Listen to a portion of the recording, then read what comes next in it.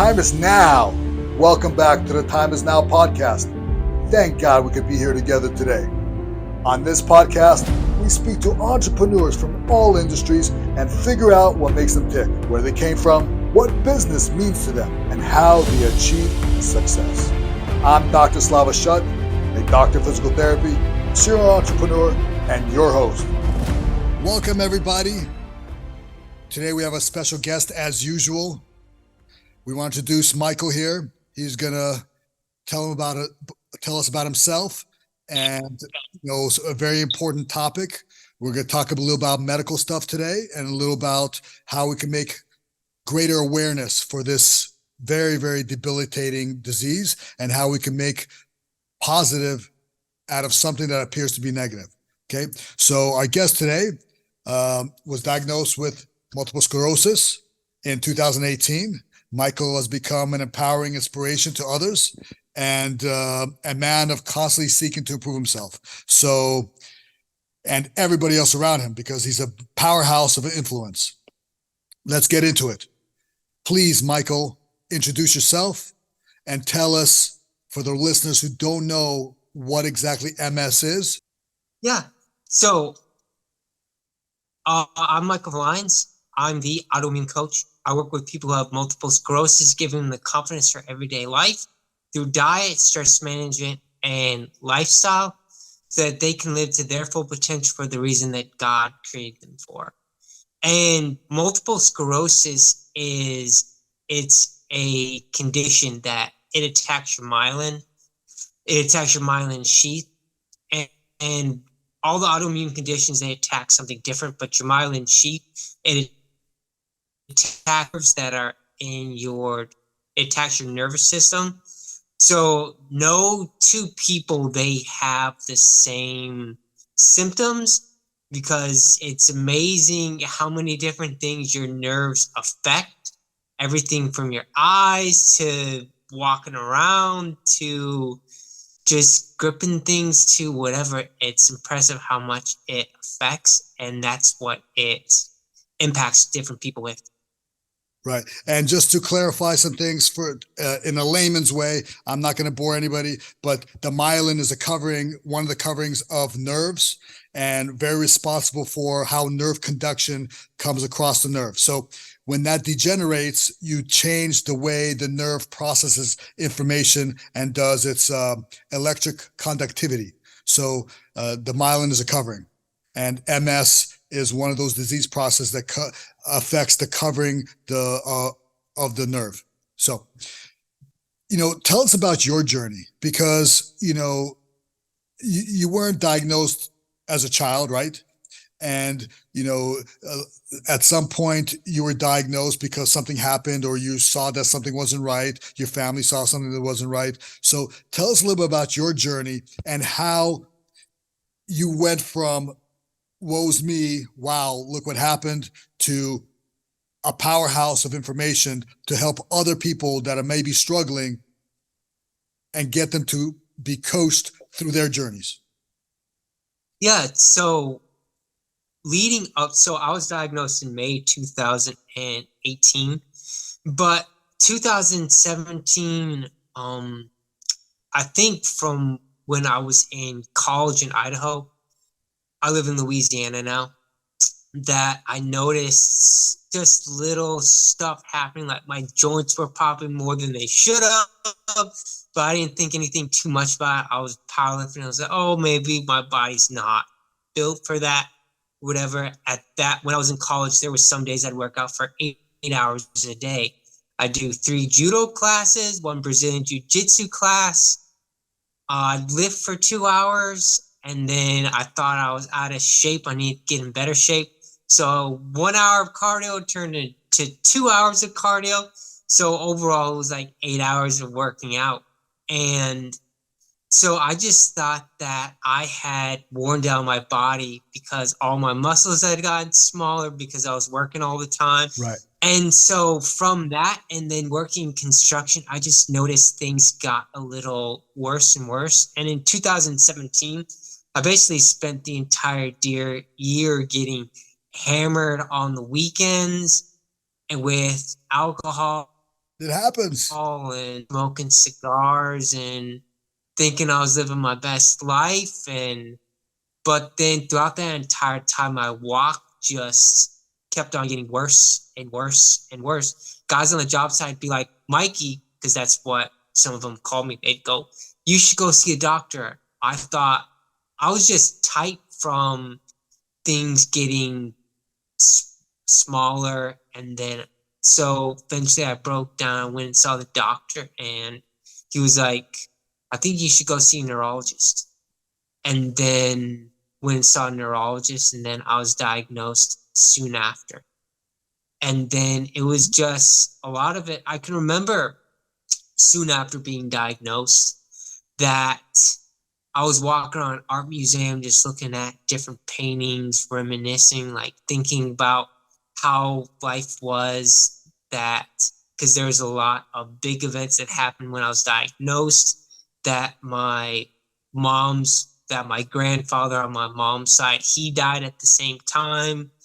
I So that I just passed my national certification in pipe fitting, and I was diagnosed with multiple sclerosis plus like one or two other big events. It's kind of like how all the like big things happen all at the same time.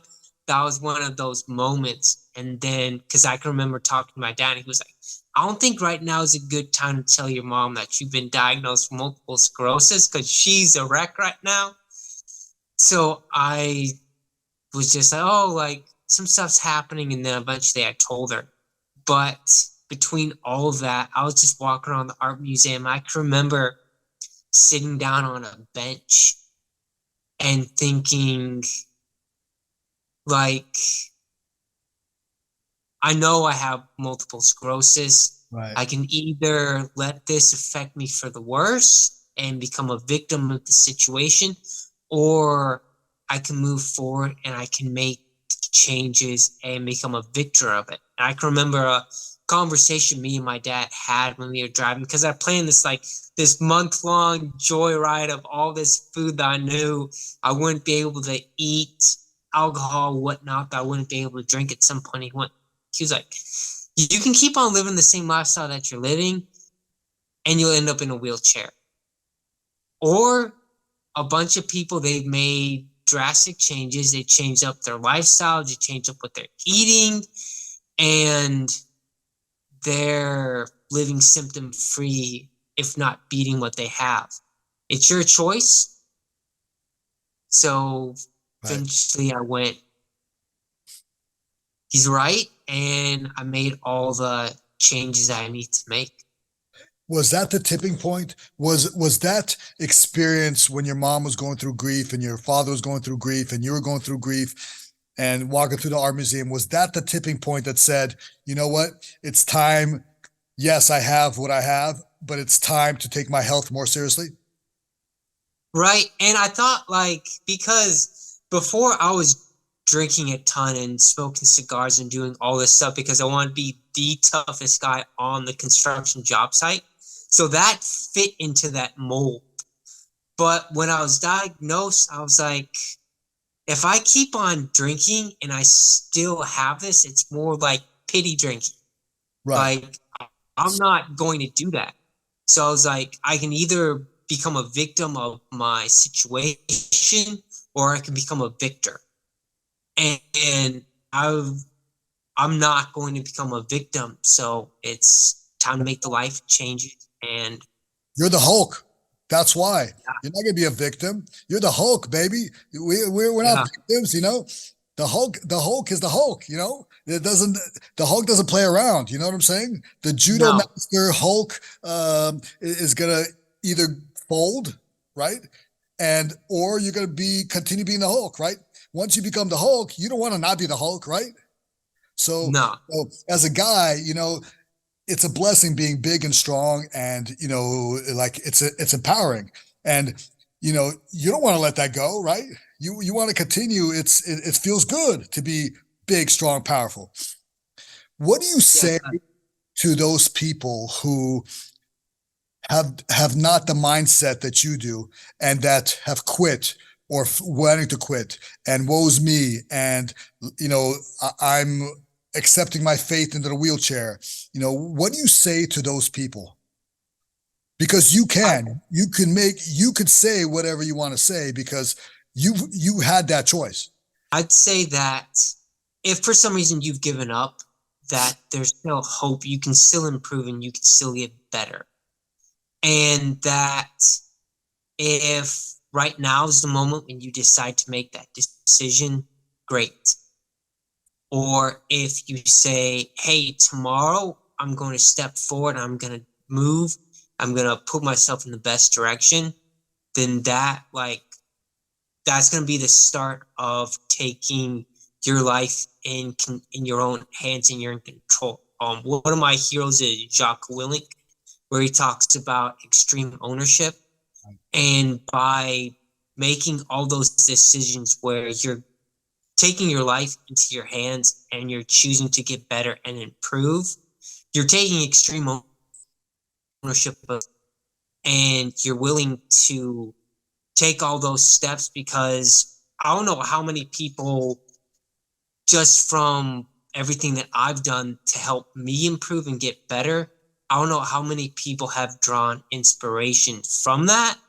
And that person who looks up to you, that person, you might be their hero and their inspiration, just because there's nothing more braver than you stepping into a new skin, into a new person, and choosing the steps to make yourself better and improve, no matter how small or big that is, because everything adds together, and then eventually you get to that point. I can remember a story that Ed Milet told where there was a overweight person who went into the gym and she was in a wheelchair, and she pulled up and she just started working out, and he walked up to her and he goes, ma'am, you inspire me, because you're in here working out, and I don't know what type of courage that took, but you're in here working out, and this has to be extremely uncomfortable for you. You're an inspiration to me, and you have a chance to be that inspiration to somebody else. So all those people making excuses out there that do not have a neurological disease, are not fighting major diseases, what is your excuse? Why are you not becoming the best version of yourself? What on earth is stopping you? There's people who have every right to quit, to lay it down, to say, not today, can't do it. And they are in there fighting the fight. What excuse do you have? Zero. So, there's a compound effect. What happens, things add up in a positive direction and a negative direction. So yes, you've been dealt certain circumstances, but you've taken those circumstances and you've compound effect and moved into a positive direction. Some people, even though they don't have any excuses or any major medical reactions or diagnosis, and they use it in a negative direction. So when you actually made changes and you improved, can you tell us your exact symptoms, how they actually got better? Because sometimes people say, I have this, I have that, and I have no hope. So tell us, when you made a change, what physical features actually changed in a positive direction for you? Yeah, so the biggest physical feature that changed and improved was my walk. That I can remember I was working on a new job site, and I'd worked with two guys on previous other job sites. And both those guys were like, what happened? Just because I wasn't having trouble with my walk. And about that time, I was pretty close to needing a cane to walk around. Like, I could still walk around, but bouncing between walls. People have multiple sclerosis. That one thing that will do a lot when conditions worse or flare up is you'll hug a wall when you're walking around, or you'll bounce between different objects. Or I can't tell you how many times I've played where I've looked at different walls or a couch and I thought, oh, I can go there, I can go there, I can go there, and just going between all the different just for stability. But Right. my walk improved, and then my left side's affected the most. So so my grip got better, everything on the left improved a ton, to where people it'll be a while before I see people and they go, you're getting better, because my walk's improving and my grip, that's improved a lot. And my walk is the biggest thing. So I'm walking around and some people go, you're looking better than we saw you last time. That's because you're the Hulk. I told you, you don't mess around. See, mindset is everything. Like, if you think you're the Hulk, and you're going to get better, and your mindset is going to push you through. There's a lot of studies that show how the brain, psychosomatic injuries occur to people. If you think you're sick, you're sick. If you think you're healthy, despite some medical conditions, you're healthy. So I applaud your mindset, and you are an inspiration, and it's so amazing watching you inspire others. And may God bless you to be able to bless others more and more. So recently, you attended a business leaders mission, correct? Yeah, the Business Leaders Network. Yeah. So tell us a little bit about that. Tell us what that's all about, and tell us, a little bit about your experience. Yeah, so the Business Leaders Network, or BLN, that it's a group I'm a part of, where it's a group of very ambitious entrepreneurs, and most of us are solopreneurs, but it's a community where it's like-minded people getting together and connecting and helping each other grow, helping each other's businesses out. But one thing that motivated me to go to that was I was talking to a friend, and he was talking about a time that he was having breakfast with Zig Ziglar. Wow. And Zig Ziglar said, if you want to change your life, and if you want to change your life dramatically in a year, there are three things that you need to do. One is you need a journal every single day. Okay. The next is that you need to read 4 to 6 pages. No, you need to read 4 to 6 books every single year. The average person only reads one. The average CEO reads one business book a month. The really exceptional people read hundreds of books every single year. And the third thing is you need to go to 2 conferences every single year. So being around people who want to improve themselves and help you out and build as a community, it just adds so much to what you're doing, that when I came back from then, I noticed that there was just all this momentum and all this crazy stuff that happened. And this is the second or third week into January, and this is the first podcast I'm on. So crazy things happen when you do all this momentum and things just come together. And when you surround yourself around people, because if you look at the rule of 5, you're the average of the 5 people you spend time around, plus one of those is yourself. So if you're not spending time around people who aren't working on growing and becoming a best version of themselves, where they're living to their full potential, then you need to find yourself a new circle of people to spend time around. And so being around entrepreneurs, listening to all the speakers talk, because there was a lot of it was just motivational and stories that people had gone through. One of the speakers, she was from the strictest Amish community, and she got away by jumping off of a roof. And her now husband, they drove off in a car.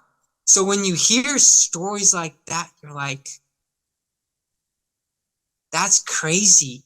Yeah. And man, like, I like, as far as growing and getting to a better place in her life, in my life, that if she's gone through that, then whatever I'm going through, like, everybody thinks that somebody else's story is more powerful than theirs. But one thing that I realized that this year, from pretty much all my heroes, they've all gone through something dramatic at some point. And at some point you think, man, my story is not the same as theirs. Like, theirs is way more powerful. I'm like, no, your story is powerful enough, and my story is just as powerful as Tony Robbins or Liz or whoever else. It just looks a little different. Absolutely. It doesn't have to be the same story. I mean, it's for people out there to decide what they believe they connect with. In our circumstance, we don't worry about, what they think per se. Your story is your story. Whoever thinks somebody's got a deeper story, that's up to them. You're not going to connect with everybody, but you could have to be connected to somebody. And those somebodies, you could change their life. What's Yeah. what's next for you, man? What are some of the goals you have for this coming year, and what's next for you? So what's next for me is the what's next for me. So I made a list of 9 things I want to get done this year, and of course there's more than that. But like reading the books and all that. So what's next for me is to keep on changing the circle of the people I spend time around, the rule of five, because my online and the people that I'm connected to online, like yourself and a lot of others, that there's a lot of powerful people there, but there also needs to be somebody around me who's like in person, who I can meet up, talk to, grab coffee or whatnot, and then bounce ideas off of. So there's that. And then I'll really get my coaching and everything to take off, and working with people who have multiple sclerosis, and just work on reaching as many people as possible. I have a mission to impact 2 billion people's lives. Wow.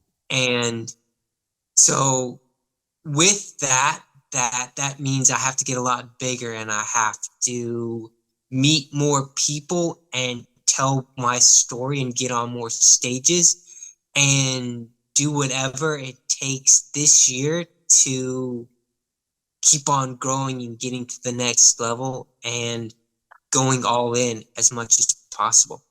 I want to see that out of you. I want to see you go all in. I want to see the Hulk burst through and do more stuff. I want to see you not worry about whose story is better or what. I want to see your story out there. I want to see you impact this special populations and see more people like you get out of their wheelchairs, get out of their braces, get out of all that stuff, and continue pursue their dreams as entrepreneurs or life changers in their own respect, create business, whatever they want to do. So, I want to see more of that. So where can people find you, Michael? I want you to plug the hell out of yourself right now and tell the world all about you, where they can find you, and you never know who's listening. And maybe, somebody will get you on more and more stages. You know what I'm saying? Yeah. So my Instagram handle is Michael J. Villines, and then Villines is spelled Villines. And then I'm most active on Facebook. And then I'm working on a website right now. That's getting done. Somebody's building me one. And then my phone number is 208-242-6947.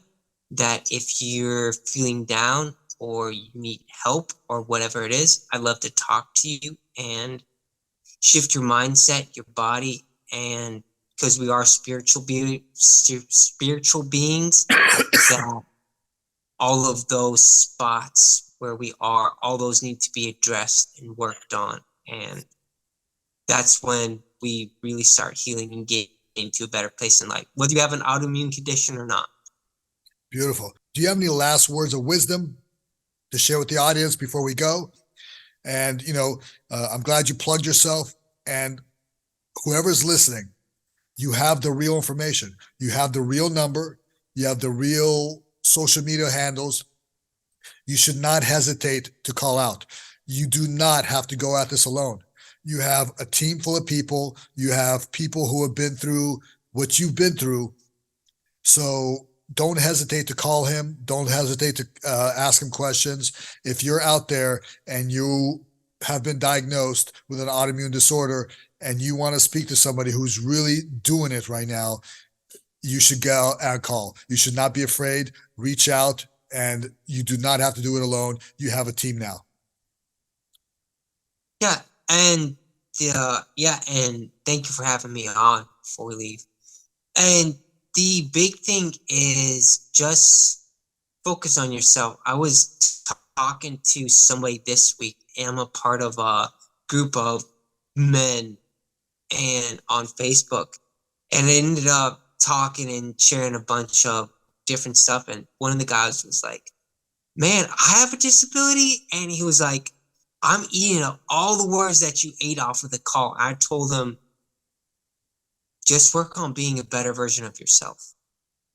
And by working on being a better version of yourself, you're making the improvements, because my improvements are going to be a lot different than your improvements. But if you keep on working on being 1% better every single day, because there's the compound effect where you get to be 1% better, but if you fall off, then it goes back to just keep on working on yourself and improving every single day and being the best version of yourself, because that's when you start improving, and that no matter what stage of whatever condition that you have, that healing is possible, and you can improve and you can get to a better spot in life to where you can be living to your full potential as well.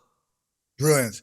As we talked about before and many times, small little changes every single day, small little improvements compound, and then you get momentum. And all those little changes, 1% change every single day is 365% better by the end of the year. And guess what? That's dramatic. But every day, it's not always noticeable. So continue to work, continue to change, continue to improve. That was brilliant, Michael. We thank you for having us, being with us today and being on the show. You're an inspiration. You are truly remarkable. I think you need to continue spreading your word. We all love to hear your message. We love to hear how you're helping people, and just continue rocking it, man. Continue being the Hulk. Yeah. Thank you. You're welcome. Have a great day. If you need anything, please contact. And everybody out there, thank you, thank you, thank you. Be sure to like and subscribe if you're watching us on YouTube. If you're listening, make sure to rate us on Apple Podcasts and Spotify. Thank you for listening to The Time Is Now with me, Dr. Slava Shut. Remember to tune in every Friday at 2 p.m. and send in your questions to Dr. Slava Shut on Twitter. Thank you, thank you, thank you.